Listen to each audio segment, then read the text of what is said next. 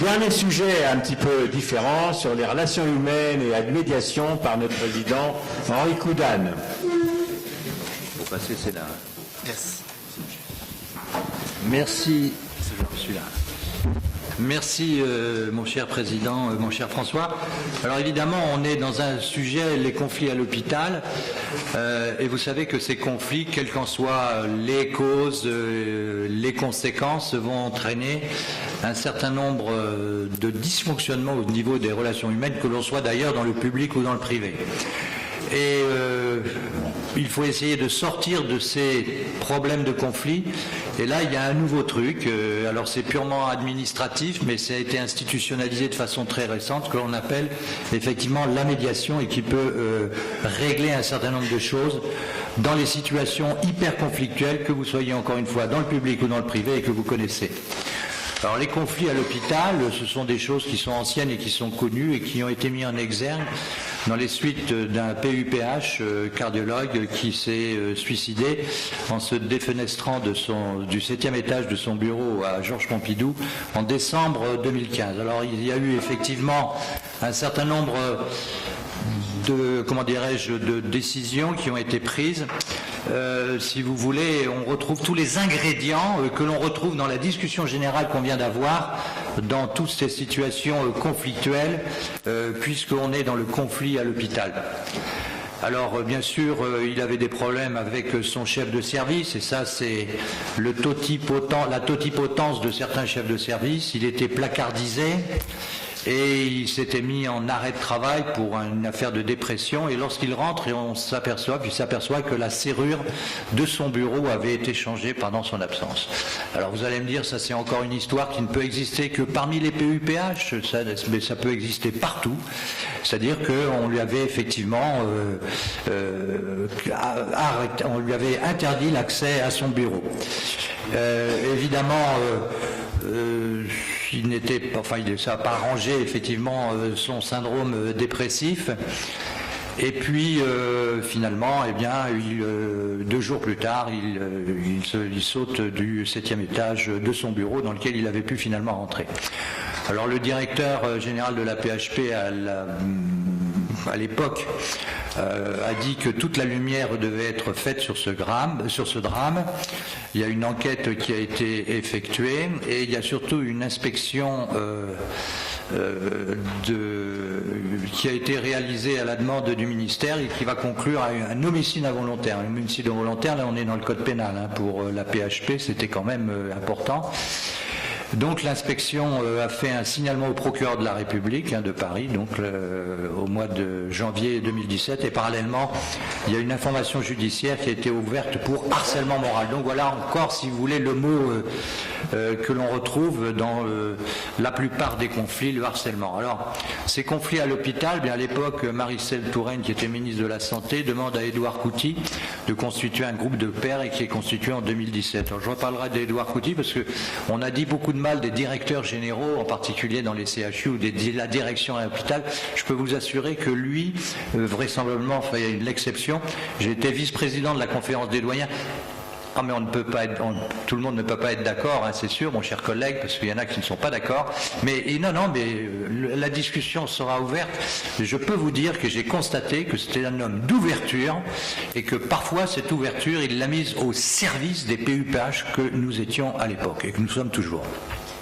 Alors les définitions de la médiation, voilà ce que c'est, et ce que je vous dirai tout à l'heure ce que ce n'est pas, c'est un processus structuré dans lequel 2 ou plusieurs parties tentent de trouver une solution volontairement à un litige. Alors en effet, il y a 3 façons de répondre à un conflit. Un conflit à l'hôpital, il y a 3 façons, c'est la force, le droit et la prise en compte des intérêts, c'est la conciliation et la médiation. Il peut y avoir des demandes conventionnelles ou judiciaires et la médiation peut être effectivement refusée par le médiateur, contrairement à d'autres processus que vous connaissez, l'expertise, l'accord amiable, l'arbitrage et tout. Alors les contraintes à l'hôpital, eh bien voilà, certains orateurs les ont présentées. Là voilà un petit peu les 30 années de réformes ininterrompues qui ont secoué l'hôpital. C'est une diapositive qui a été présentée, je crois que c'est monsieur Jean-Gabriel Balic qui l'a faite aussi, avec ces réformes ininterrompues. Alors dans tout système de quelque nature qu'il soit, les réformes sont parfois favorables, mais des réformes itératives vont déstabiliser le système. Alors il y a là aussi, pourquoi l'hôpital? Il y a la coexistence de groupes sociaux que j'ai résumé ici, puis vous savez que maintenant, finalement, l'hôpital, c'est de nombreux métiers et que ça reste le plus gros employeur dans la majorité des cas du département ou de la ville dans lequel il est installé. Alors pourquoi ce lieu de lien social est soumis à de multiples et nouvelles contraintes? Ça aussi, quelques mots-clés. La logique de rentabilité avec la T2A, le manque de reconnaissance des activités, le manque de temps aussi au niveau du service du patient, avec des exigences croissantes en termes de qualité des gestions de risques, que ce soit la HAS, les EIG, les circuits de médicaments, les droits du patient, la loi du 4 mars 2002, tout ça, ça a été noté. Alors les causes des conflits, ça a été mis en exergue par des livres récents et célèbres. Et puis on a oublié que finalement, à l'hôpital, on avait aussi des besoins fondamentaux de la personne. C'est la fameuse pyramide de Maslow. On va laisser la faim, le soif, le désir sexuel et le besoin de sommeil à l'hôpital. Encore que le besoin de sommeil, ça peut être quelque chose d'important. Et puis, ça va entraîner des conflits que l'on découvre de plus en plus au sein des hôpitaux, encore une fois, qu'ils soient publics ou privés. Les exigences émotionnelles, les rapports sociaux de travail dégradés, les conflits de valeurs, l'insécurité de la situation de travail. Alors pour travailler dans de bonnes conditions, on a besoin d'une bonne organisation, d'une construction de notre identité d'individu, d'une faculté d'adaptation, il faut un minimum. Et puis tout ça, il faut qu'on accepte de travailler dans des contacts sociaux, et soit, quelles que soient les compétences que l'on présente, à partir du moment, même si elles sont minimes, et j'en reviens à ce qu'on a dit, certains ont dit tout à l'heure sur les directeurs d'hôpitaux, mais même minimes, mais il faut qu'elles soient reconnues par les autres. Alors les conséquences du conflit, bien sûr, c'est la discrimination, vous savez ce que c'est. Je vous ai montré ici tous les exemples qui ont été retrouvés dans le cadre des discriminations présentées au sein des services, au sein du service public, mais on les trouve partout. Il y a le harcèlement.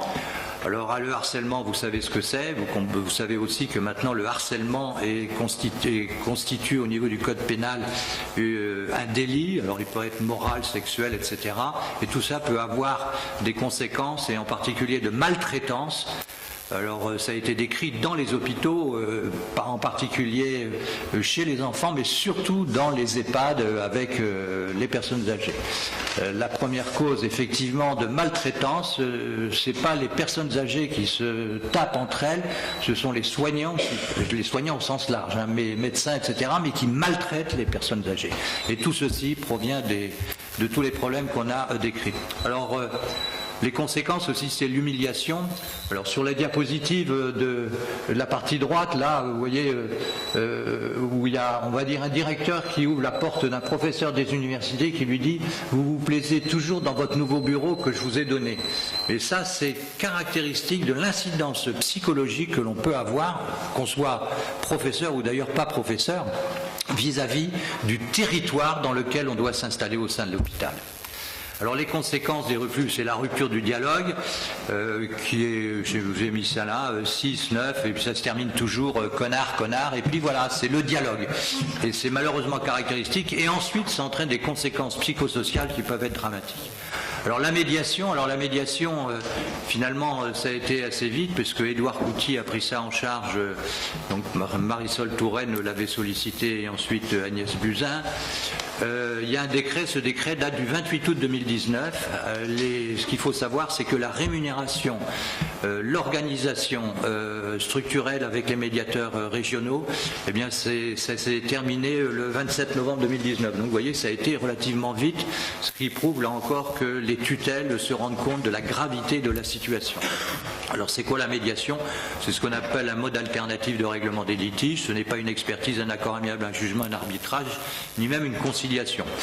Alors on va aller assez vite parce qu'il y a une formation, et même moi à mon âge, puisque j'ai fait partie de ce qu'on appelle de l'équipe d'Édouard Couty au départ du groupe des pairs, on a réglé des problèmes relativement graves avec une quinzaine de collègues et de directeurs d'hôpitaux, n'en déplaise à certains, mais dans lequel il existe une déontologie, etc. Et tout ça, ça a été réglé. Alors le médiateur, alors il faut faire une formation, et j'ai une formation d'environ 1 an, enfin c'est style DU, mais enfin ça demande quand même, j'ai passé le diplôme l'année dernière, malgré mon grand âge, donc indépendance, confidentialité, neutralité, impartialité, équité, liberté, et le but de tout ceci, c'est quelque chose par rapport au sujet d'aujourd'hui, l'hôpital, la crise, eh bien c'est rendre l'honneur perdu en renouant le dialogue. Alors, comment ça fonctionne? Vous savez qu'il y a un échelon local, c'est la commission de conciliation. Normalement, elle existe dans tous les hôpitaux, dans tous les hôpitaux, ou la commission régionale paritaire au niveau des ARS. Il y a un échelon ensuite régional ou interrégional et national. Et le décret précise qu'il faut être médiateur diplômé en matière de santé et d'établissements sociaux. Alors j'ai repris un certain nombre de dossiers qui s'étaient pas passés par la médiation officielle, puisque le décret doit du mois d'août 2019, donc c'est relativement récent. Mais on a réglé un certain nombre de dossiers, et ces dossiers, voilà, quelques caractéristiques. Alors je ne peux pas en dire plus, parce qu'on est soumis, non pas au secret d'une certaine manière, mais au moins à la confidentialité. Alors ce sont des litiges qui le plus souvent surviennent chez des collègues, alors sont tous des médecins, supérieurs on va dire à 50 ans dans 75% des cas et 40, 50 ans, 20%. Donc dans 95% des cas c'est au-dessus de 40 ans. Les hommes et les femmes, c'était à peu près la même chose. Il y a des PU-PH, environ 1/3 et 2/3 de PH. Ça se passe dans les CHU. 60% des cas et 41% dans les centres hospitaliers, et on a pu trouver environ un peu plus de 55% de solutions positives et durables par la médiation. Alors le problème, c'est qu'il y a aussi un aspect négatif dans cette analyse, c'est l'ancienneté des conflits. Un conflit au niveau de l'hôpital, qui est le plus souvent interpersonnel, soit entre médecins et médecins, mais aussi entre l'administration, il faut bien quand même le dire, et le chirurgien ou le médecin. C'est vraiment, il y a des choses qui traînent pendant des décennies, c'est des haines cuites et recuites, et puis on se demande comment les gens peuvent vivre pour rentrer à l'hôpital en se demandant tous les matins, mais mon Dieu, ce matin, pendant la journée, quel est encore le coup de poignard dans le dos que mon collègue va me donner ou que le directeur va me donner, qu'est-ce qu'il va me piquer, etc. C'est vraiment des choses effroyables, déstructurantes, et ça peut conduire effectivement au suicide. Alors en matière de conclusion, eh bien, il faut savoir que notre cerveau, c'est toujours la même chose. On a un cerveau reptilien qui est un cerveau tout à fait archaïque. Ce cerveau archaïque, c'est le cerveau de base, c'est le mien, on va dire, chirurgien orthopédiste moyen. Et puis on a de temps en temps un cerveau limbique et un néocortex, c'est-à-dire que le cerveau reptilien c'est la survie, et puis le reste c'est effectivement l'émotion, la décision, l'information et l'action. Alors ça c'est effectivement les clés de la médiation, et on apprend ça, c'est quand même quelque chose qui permet de solutionner des problèmes graves interpersonnels. Voilà, donc les protocoles de la médiation, il faut savoir qu'elles sont gérées par les parties. Parfois on refait une évaluation au bout de 6 mois, alors ça marche et ça permet aux chirurgiens de retrouver le sourire, ces instruments dans d'assez bonnes conditions. Il n'est pas interdit d'espérer pour entreprendre ni de réussir pour persévérer. Oui, les conflits à l'hôpital actuellement existent. Oui, l'hôpital est en crise, mais néanmoins, comme le disait un des orateurs précédents et comme l'avait cité Jean-Paul II, n'ayons pas peur. Merci, Monsieur le Président.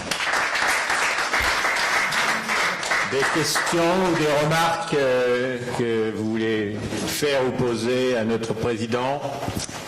Oui, Georges.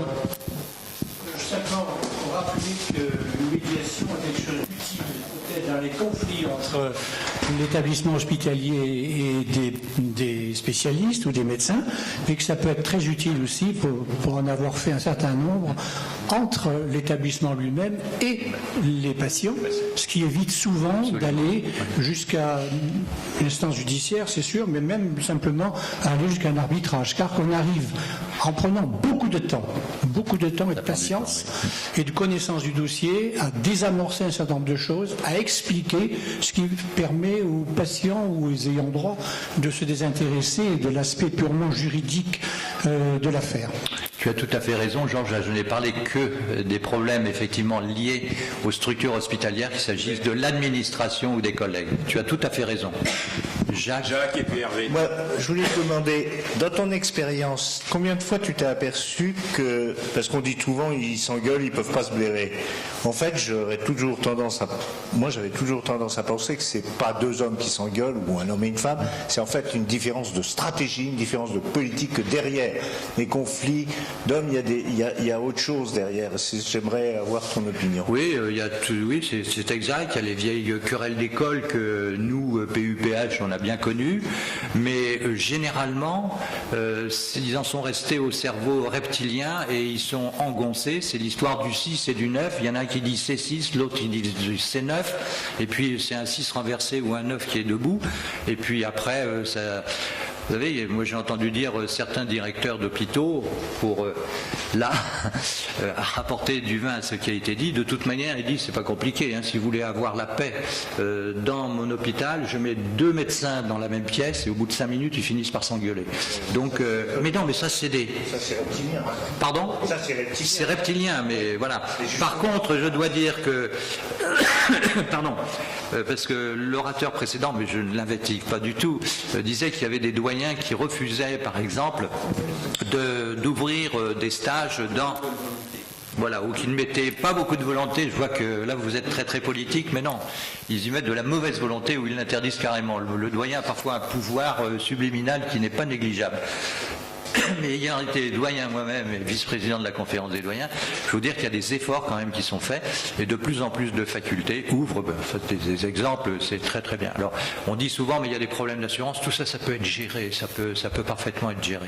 Mais alors c'est le problème, pour répondre à la question de Jacques Belghiti, là-dessus tout par la médiation, à partir du moment où il y a des litiges graves avec des conséquences, on va dire, psychosociales importantes, tout peut être réglé par la médiation. Et pour terminer, je voudrais rendre hommage, encore une fois, mais là comme orateur, pas comme président de l'Académie nationale de chirurgie, mais comme orateur, je vous assure que dans mes fonctions décanales, j'ai rencontré des directeurs d'hôpitaux qui étaient des gens tout à fait merveilleux, qui avaient compris tout ça et qui essayaient toujours de trouver des solutions. Et Édouard Couty, alors lui, il a été directeur du CHU à Strasbourg, directeur général, il est passé à Bichat avant, enfin bref, et puis il a terminé à la DGOS, et là, il est conseiller à la Cour des comptes. Vous voyez, donc c'est le pur produit du système administratif. Mais on rencontre quand même des gens extraordinaires et je veux dire que la crise dans les hôpitaux, stigmatiser une partie de la population, en clair les administratifs, à mon avis, c'est pas la bonne solution.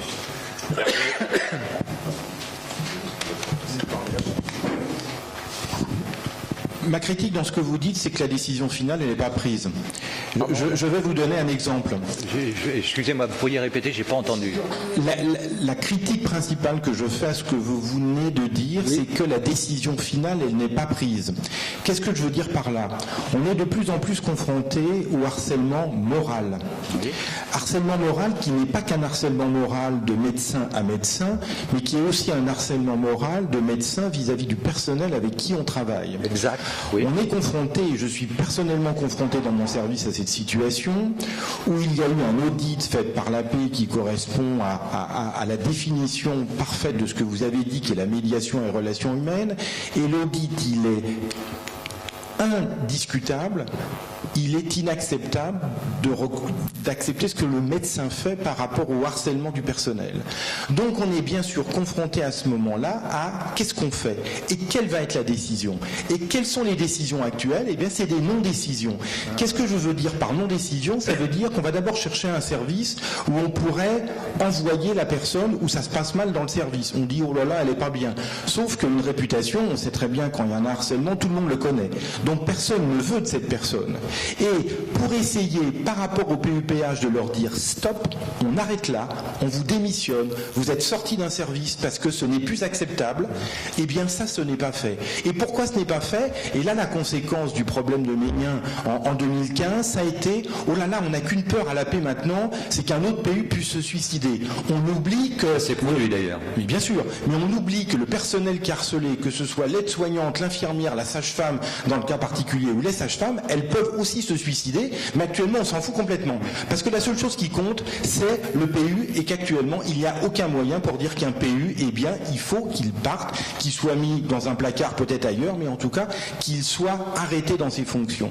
Et ça, je trouve, c'est la limite actuelle de ce qu'on observe des médiations, parce que l'exemple que je suis en train de vous dire, il y en a dans mon GH 3 similaires, et le harcèlement moral, vous savez très bien, tous vous êtes confrontés, il y en a de plus en plus partout, ça a été un non-dit pendant des années et des années, et là maintenant, avec tous les mouvements qu'il y a sur le plan national, que ce soit MeToo ou autre chose, toutes les choses commencent à sortir, il n'y a pas que le harcèlement sexuel, le harcèlement moral est un vrai problème. Alors, très rapidement pour répondre à votre question, oui, ce type de situation existe. La situation, à partir du moment où il y a eu un audit, ou on va dire une médiation qui a conclu, alors une médiation ne conclut jamais à la faute de quelqu'un, mais enfin dit effectivement que dans le cas particulier, les faits sont établis, point final. Mais la réponse sur le plan administratif est différente s'il s'agit d'un PUPH ou d'un PH, par exemple, ça vous le savez. Mais je ne voudrais pas que vous sortiez d'ici en disant que je n'ai parlé que des problèmes entre médecins. Ça existe aussi, bien sûr, parmi les soignants. Encore que les sages-femmes font partie de la profession médicale et ne sont pas stricto sensu des soignants. Enfin, ça existe aussi. Alors, pour les PUPH, eh bien, la seule solution, vous savez que ça passe par le conseil de discipline du ministère de l'Enseignement supérieur et de la Recherche. Et pour les PH, les directeurs généraux ont la possibilité de suspendre provisoirement un PH. Après, c'est une décision humaine. Ah ben, si. Alors, c'est au niveau, tout ça, c'est maintenant géré depuis 3 ans au niveau du Centre national de gestion. Voilà, dans lequel il y a la partie, moi j'ai fait partie du conseil de discipline pour les PUPH, et on trouve des situations, et voilà. Et pour les PH, c'est encore différent, oui. Mais la solution doit exister. Et à partir du moment où on a constaté un harcèlement moral, sexuel, enfin comme vous voulez, mais peu importe, il faut effectivement que quelqu'un prenne la décision. Alors pour les PUPH, vous savez que c'est le doyen. Là aussi, le doyen, il doit mettre... moi, ça m'est arrivé, je veux dire, c'est simple, hein, c'est déjà au niveau du conseil, comment dirais-je, de discipline de l'université. Oui. Oui. Non, ce que je voulais dire, c'est que je crois que, enfin, il y a un CHU de la région parisienne que je ne citerai pas, qui est un peu le laboratoire de tout ce qui a été énoncé aujourd'hui en termes de difficultés sur lesquelles je ne reviendrai pas, ce serait beaucoup trop long. Pourquoi je dis ça? Parce que je crois que dans cet hôpital s'est produit un événement, et là je fais vraiment allusion, ça va se relier évidemment à cette notion de la médiation, où s'est passé, je pense, un événement sans précédent. C'est-à-dire que, bon, déjà dans cet hôpital, il y avait un départ en cascade de nombreux PUPH pour plein de difficultés, et bien avant même qu'il y ait des démissions plus officialisées que celle-ci. Et je pense qu'il y a certaines personnes ici dans cette salle qui commencent à comprendre de quel hôpital je parle. À la suite de quoi, non, mais je ne le cite pas volontairement. Après, si on me le demande, je le citerai. Mais dans un premier temps, volontairement, je ne le cite pas. Et je pense que ce dont je voulais vous parler, et qu'on a eu besoin vraiment d'une médiation avec des personnes sages et bien formées comme toi, Henri, c'est quelque chose qui s'est passé, je me répète de façon, je crois que c'est un petit peu inédit. C'est-à-dire qu'un chef de service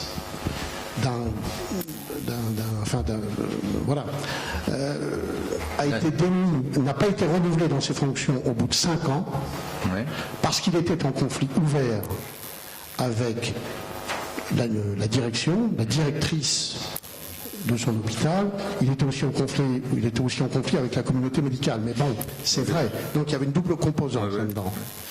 Et donc, à la place d'une médiation, ce qui a été proposé, ça a été une audite. Alors ça remonte, c'est à 2017, c'est en 2017, hein, donc c'est récent. Il y a donc eu une audite qui a été proposée, audite qui a été menée par l'ancien chef de service du service, donc qui impliquait ce PUPH dont on voulait dans ses fonctions de chef de service, qui lui-même avait nommé un PUPH qui était en conflit ouvert avec le chef de service qui a été lourdé. Vous savez à quoi je fais allusion. Donc si vous voulez, je pense que effectivement, si on avait pu mener une médiation indépendante, et on ne serait pas arrivé à une situation aussi ubuesque. Donc ce que je dis, c'est un petit peu, un peu fort, hein, je m'en excuse. Mais maintenant, si vous voulez le nom de cet hôpital, mais je ne le donnerai pas. Mais il y a certaines personnes ici, je vous donne un nom, qui savent de quel hôpital je parle. Non, mais tu as tout à fait raison. Mais moi, j'ai pas donné d'exemple de médiation que j'ai faites. C'est sans précédent, ça. Oui. Non, mais c'est classique. Ça, on a revu ça. Je veux dire, pour on était d'ailleurs 2 médiateurs à régler des problèmes dans un centre hospitalier entre l'administration et on va dire plusieurs chirurgiens où il y avait les gens, les viscéraux qui s'engueulaient avec les orthopédistes et réciproquement, enfin bref, voilà. Oui, c'est assez facile ça, mais mais ça a été arrivé à un point où il y avait quand même des menaces de mort dans la communauté de la ville dans laquelle était cet hôpital. C'était le chirurgien orthopédiste faisait appeler le boucher de le nom de la ville, enfin là je dirais Terrousset, etc. Et la médiation a abouti à l'exfiltration du chirurgien orthopédiste dans une autre ville, à la fermeture d'un service et au remplacement du directeur de l'hôpital. Hein. Je veux dire, c'était lourd, mais c'était nécessaire pour la vie non seulement de l'hôpital, mais aussi des personnes qui étaient intéressées. Mais des situations graves comme ça en matière de conflit, dans le cadre de la crise à l'hôpital que nous connaissons, malheureusement, je veux dire, si le ministère, si les décrets sont parus, en plus, j'ai oublié de le dire, on a même l'argent qui a suivi pour l'organisation de la médiation. C'est-à-dire que moi, dans la région Grand Est, j'ai un budget. Et le budget, il est ouvert. Hein. C'est extraordinaire. Bien. Non, juste pour préciser sur ce point que l'Académie de chirurgie tiendra une session spécifique sur la gestion des conflits au bloc opératoire, je crois en avril-mai prochain, c'est déjà programmé. Pourquoi ? Parce que il y a une campagne qui est organisée, qui est partie des anesthésistes, qui s'appelle Un patient, une équipe, et qui campagne pour l'information, etc., pour gérer ces problèmes. Et l'Académie de chirurgie est partie prenante de cette campagne et nous pencherons sur ces sujets spécifiques. Et il y aura d'ailleurs, la coordinatrice sera un médecin anesthésiste qui est responsable de cette campagne. Voilà, c'est juste de l'information. Très bien, je remercie l'ensemble des orateurs du travail qu'ils ont effectué pour cette séance passionnante. Merci beaucoup.